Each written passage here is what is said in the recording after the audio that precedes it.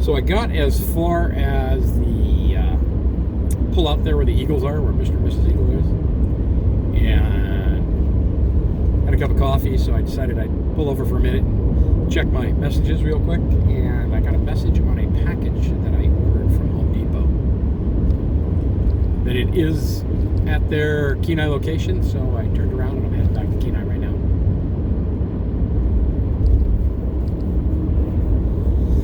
I was looking very forward to getting this, and they said it would be here between the 4th and the 9th, and today is the 4th. I'm kind of shocked that it got here that quick. Pretty amazing, unless they must have had it up in Anchorage or something, maybe. It's 20 degrees above zero, 20 degrees Fahrenheit. This morning was 16 degrees below zero, and hopefully we're done with that.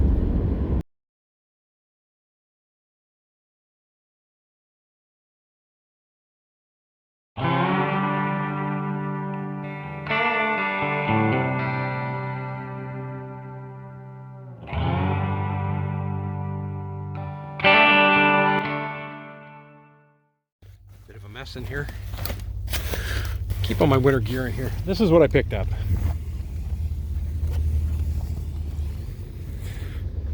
12-volt solar panel, 180 watts, with a power inverter and with the charge controller. Pretty excited about that. This is a $500 system. And when I was searching last weekend on the Home Depot website, I came across, I was just looking for, solar panels, just curious what they carried, and this one popped up, and it was on sale for $351 off. So with a gift card that I won, this solar panel with the charge controller and the inverter cost me a total of 157 bucks. So it pays to, every once in a while, just search some of those sites.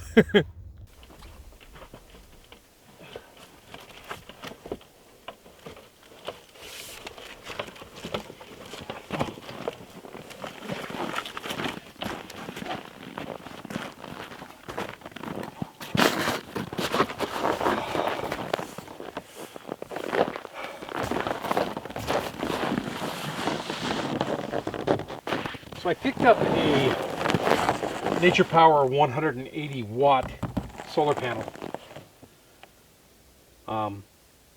It was a heck of a buy on Home Depot's website. $351 off of the regular retail price.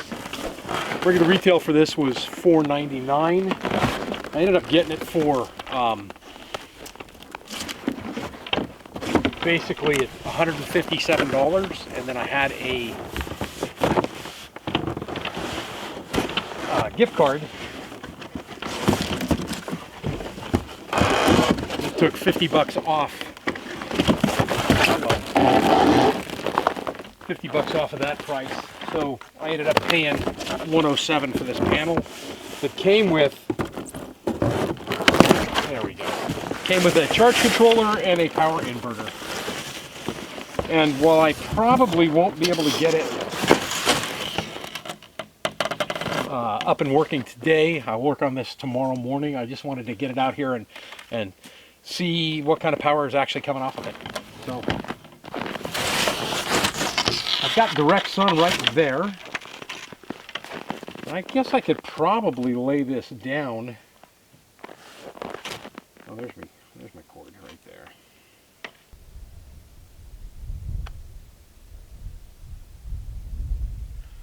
So I'm going to have to play around with this and figure out exactly what it is I'm supposed to be doing. I'm going to have to read the instructions on my electric meter. But I can leave this outside now. The plan is eventually to put this on the roof of the fifth wheel trailer, and by doing so I'll be able to get sun all day long. I'll run these wires in the back through the top, and then they will connect to the charge controller that came with this and charge the battery so that I don't have to fire up the generator on a regular basis. But yeah, pretty fired up about this.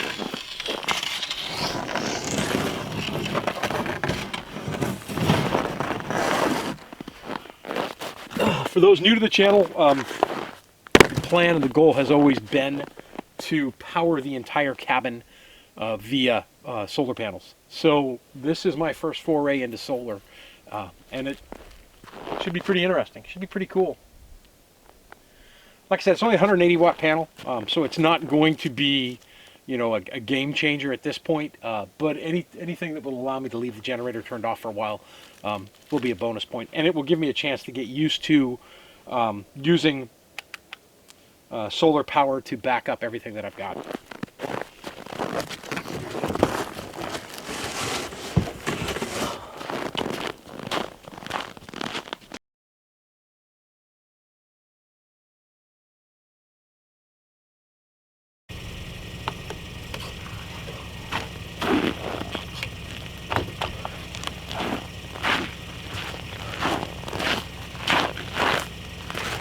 Extremely chilly last night, 23 degrees below zero this morning when I woke up, and my bottle of propane went empty about 2 o'clock in the morning, so got a little chilly. I did catch it when it was still at 50 degrees Fahrenheit, but I ended up having to swap it out this morning for the bigger buddy heater because it just could not keep up. The warmest I could get the inside was about 59 degrees. And I'll show you a picture here and a little strip of video about the temperature of the floor and why I don't have skirting around my trailer. One thing I should probably explain to you now is if you look at the trailer here, you can see that the snow is piled up much higher than most of the skirting would be to begin with. And that's all the way around the trailer. The problem with that is the way that cold works is if you've got a flat surface, cold comes into the ground at an angle, right? So it doesn't matter if you have the skirting all the way around the trailer. What's going to happen is that cold is going to come in through the ground because, of course, you know, heat rises and cold falls. It's going to come into the ground and it's going to get everything underneath here super, super cold anyway. So what I found is by doing the skirting all the way around the trailer, what I end up with is a much colder floor. By not having the skirting, you have some airflow underneath there and you can actually keep the floor a little bit warmer. So yesterday, I pulled this solar panel out of the box. Snow here, and it's almost noon right now and we're getting almost 12 hours of daylight.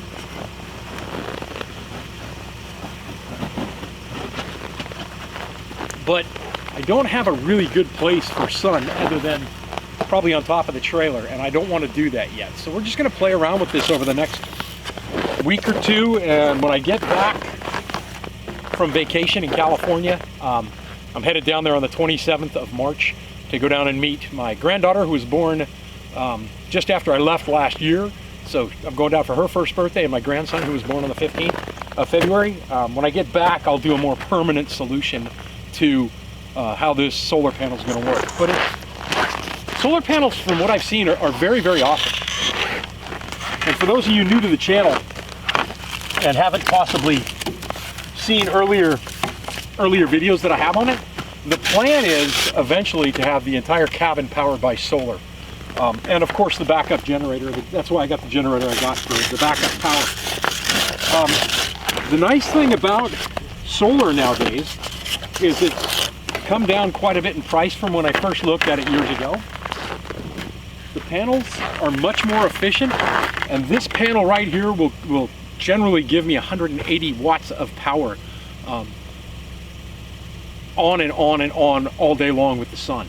In Alaska, solar in the summer is phenomenal because we have so much sunlight. Like I said, here it is March 13th, and we're looking at almost 12 hours of sunlight per day, and it just keeps getting longer and longer as we get closer and closer to the summer equinox, which is June 20th, right in there, June 18th, June 20th. But like I said, they're much easier to deal with. There's not a whole lot of wiring involved in this. Everything comes plug and play, ready to go. Or as we used to say in the old days of Microsoft Windows, it was plug and pray that it works. I did put the electrical tester on it yesterday and did get some current, but I'm not an electrician, so I don't have a whole lot of knowledge in how to use that electric tester, so I'm going to work with that as we go through. But I need to find a place where not only this will get close enough to the next section of cable that I have so that I can run it into the house, but where I can move it around a bit. And that's why the truck is parked over there behind the camera now, where I used to turn around.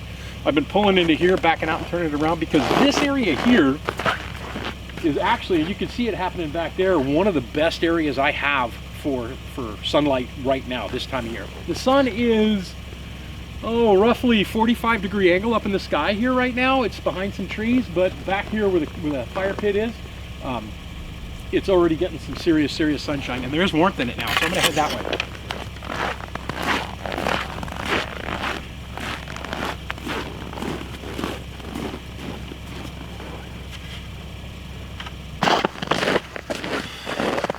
That sun does feel good. It's right there above the trees. I should put a disclaimer in here right now. I'm not an electrician. I've mentioned that before. And before you're going to play with anything that's electrical, do yourself a favor and read all the instructions that come with it. Because, well, 180 watts doesn't sound like much, and 12 volts doesn't sound like much. Depending on how it is progressed and where you're connecting with it, it could be a whole lot more in the way of amps, and it could really ruin your day. So, right now, the first thing we're going to do is disconnect or pull apart this cable to see how long of a run I have here, and that's going to have a lot to do with whether or not I'm gonna I hate wearing gloves when I'm trying to do stuff with my fingers, whether I have enough cable to do what I want to do or whether or not I'm going to have to go buy more. I'm already thinking I'm going to have to buy more. That's a pretty decent run. If I was just going from the roof right now, I don't think this would be a problem, because it looks like well over 6 feet, so probably 8 feet. The particulars of this one, this is a Nature Power solar panel. It's 180 watt. It's monocrystalline instead of polycrystalline, which monocrystalline generally means one crystal as opposed to polycrystalline. Mono is supposed to work a great deal better in the cold, but I don't know that will make much of a difference for me. The voltage is 18.94 volts. Current is 9.51 amps. The open circuit voltage is 22. The short circuit amps are 10.3. The power tolerance plus or minus 3%. The maximum system voltage is 1000 volts DC. The weight of this panel is about 25 pounds, so 24.6 pounds. And the dimensions of it are 57.8 inches tall, or roughly just a little over right around 5 feet. And then it's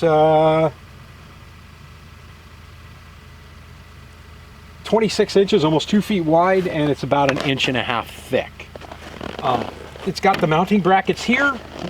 It came with the mounting brackets so that I can mount it, but I think I'm just going to freestand it for the beginning and see what we can get out of it. Let me go get the other cable and see what kind of distance I'm looking at all the way through.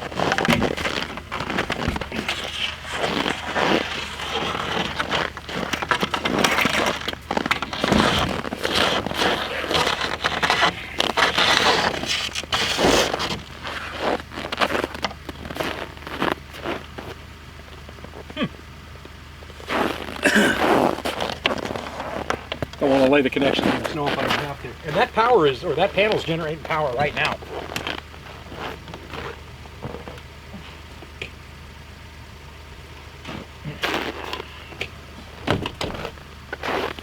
Okay, so like I said, this came with a power inverter and a solar charge controller, and I don't have my glasses on right now, but this is a 12 amp solar charge controller. The load charge is 12 amps max. The cutout is at 14.2 volts, and the cut-in is at 13 volts. Why do you need a charge controller? You need a charge controller so you don't burn your batteries up, so that it regulates the amount of power that's actually coming through the panel and does not allow a surge to come through. So this is I believe the initials are called PWM charge controller. There are 2 types. There might be more, but generally there are 2 types in the world of solar: MPPT and PWM. And I'll put a link down below to a guy by the name of Will Prowse Jr., who's got a YouTube channel that is just ridiculously informative on solar. So plugging this in right now, oh, amazing. So I just plugged this in, and mind you, this is just laying right here where the sun's right over on the side, and this light has already come on that says charging. All right, right here, the little charging light is on. So that means that the current is actually going through here. My thought is that I can run this into the trailer through the door, and I've got these connected that I can connect right to the battery, and we can see if it'll actually charge the battery up. But at this point, I'm thinking, yeah, no problem. It's going to work great. Let me get these so they're not touching each other. So let me reposition the camera, and I'll show you what I'm going to do inside.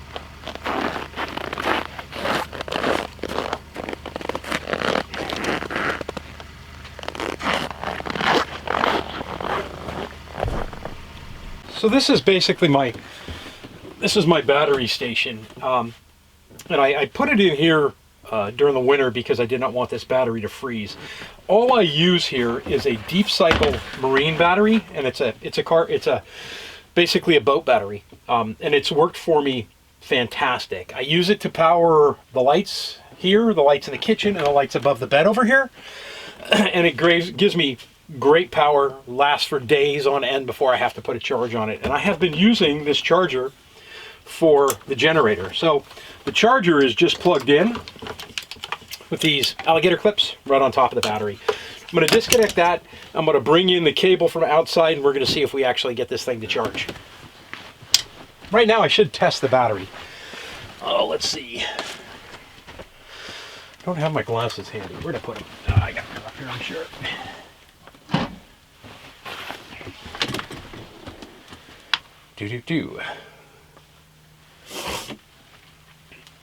I've got this set up right.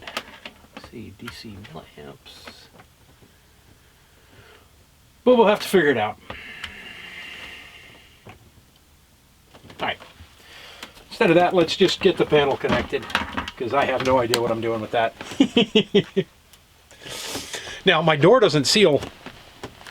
Sit here so I can talk. Yeah, my door doesn't seal that well anyway, so I have enough of a gap where I think I can bring that cord in without having to drill a hole in the fifth wheel right now. So I'm going to go ahead and pull that in, and yes, the answer to the question is I will probably only have this plugged in when I'm not at work, or when I'm at work, generally speaking, so that it's just charging all day long. The goal here is to get away from having to fire up the generator every time I really want to do something. I also have, even though the panel came with its own inverter, I have this 400 watt full sine wave power inverter that connects directly to the battery via clips as well. So we're going to test that out too.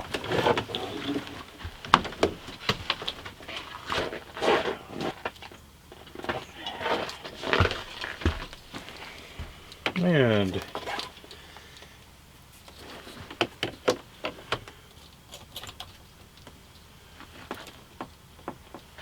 this should now be charging. It says it's charging. We'll have to see. I don't know how long this is going to take. Solar panel's getting a great deal of sun right now. So let's go back inside. I think I figured out how to use that multimeter to read the voltage, and we'll see what we got. Okay, let's test the voltage right now off of the solar panel. So I'm going to pull this off here.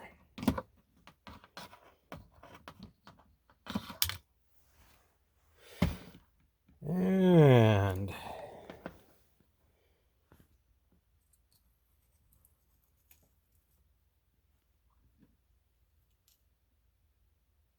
let me get a better connection. Okay, this is in the battery test mode. And as you can see right now, it's generating a little over 12 volts. And that is kind of up and down. And I'm going to go out there and see if I can move the panel around and see if we can get that up to be a little bit higher. But yeah, it is generating power for free from the sun. It's crazy how that works, huh? So let me go see if I can move the panel around and get maybe a little bit more steady of a voltage connection. Okay, this is the 400 watt full sine wave power inverter. And I know I say full sine wave quite a bit on this, and that just means that, I mean, if you look at it, you can see the diagram there. The blocky part would be a modified sine wave, and the smoother curves would be a full sine wave. And that makes it better for your electronic equipment. So I am going to hook this up and see what kind of power that we're going to get from the solar while it's still charging. And to do this, I'm going to need to pick up the other camera and plug in the cell phone here to see how everything works. You know what, though? I have another cell phone with another charge cord. So let's do that. Okay, this is the old Samsung S7 that I got before I moved up here to Alaska, and I recorded quite a bit of original video on this camera, and then I upgraded to the S10 that I have now, and I'm thinking that I'm going to start using this anyway for more recording as well, so that I can get a third camera in on some of the stuff that I'm doing. But basically, on the side here is a power switch, so if I turn it on, right, now it's on, and if I plug in my USB cable here, it should, and it does, charge my cell phone. So literally, I can charge my cell phone for free from this inverter and that solar panel that's outside. And let me show you one other thing that I got with the, like I told you, I have this inverter, 400 watt full sine wave inverter that I picked up, but the solar panel came with one as well. And this is the inverter that came with the solar panel. So this is a 300 watt nature power inverter, and it's got a 110 receptacle on the side. It's also got 2 USB ports on the side as well. So this will definitely come in handy, and that is why I think I have this other cord, right? This attachment cord right here. And on the end of that attachment cord, I have actual bare wires to connect to either side of this inverter as well. Never have enough power inverters, I don't think.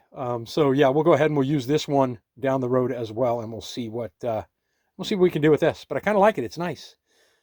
Very, very cool. I don't know if that's a battery tester on top. I might plug this in just to see if it is. From about 80% to 100% in, I don't know, 15 minutes, 20 minutes. Awesome. I'm going to unplug this one, and we'll charge in the next one. I should add, too, that not warm at all. So there's very little electrical waste from this unit. That's how you can tell if your inverter's wasting a lot. If the fan's coming on quite often and it feels warm, you're losing a lot of energy. So this one, since I'm going to record the one I usually record off of, I've plugged in the wireless charger for the cell phone to the inverter via USB cable. And there it goes. Just starts charging right away. Pretty darn handy. Electrical is pretty amazing. I wish I knew more about it. I plan on learning lots more. So why would I spend the money on the solar panel to charge up the battery in there when I already have a generator? And the question for that is, simply it's financial. A gallon of gas now is well over $3 a gallon here in Alaska, and the price just keeps going up and up. So I go through maybe 10 gallons of fuel a week right now firing up the generator, and I still will need to use the generator. But that's, 10 gallons a week times $3 is $30. So in the course of roughly three and a half weeks, I will have paid for this solar panel. The solar panel sells for $499.99. It was on sale for $157 and change, and that was with tax. But better than that, I had a $50 gift card that I won on our local Facebook community page up here for Home Depot. So it only ended up costing me $107. So $107, plug it in, let the sun do its thing. And my total cost for lifetime is $107 on it. It doesn't take very long to figure out that 3.5 weeks worth of fuel, 4 weeks worth of fuel, I've already spent more money on fuel for the generator than it cost me for the solar panel. It doesn't always pay to use this solar. For example, in winter, I'm still going to have to, deep winter, I'm still going to have to deal with the lack of sunlight. Overcast days, I don't know what it's going to do yet. We'll do a total revisit on this down the road. But right now, financially, it makes much more sense for me to use this solar panel to charge up that battery than it does for me to continue to feed the generator gas. That's it.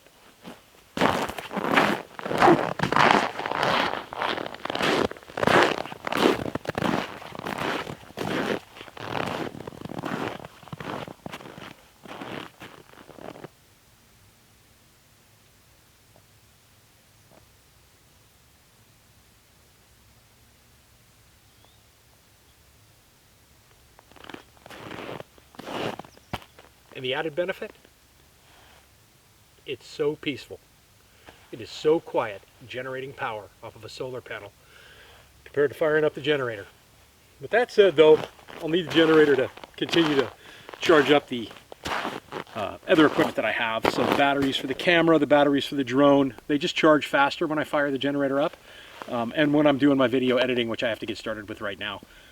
So I'm gonna go ahead and take this camera in and start editing this week's video. Thank you guys for watching. I'm Sean in Alaska.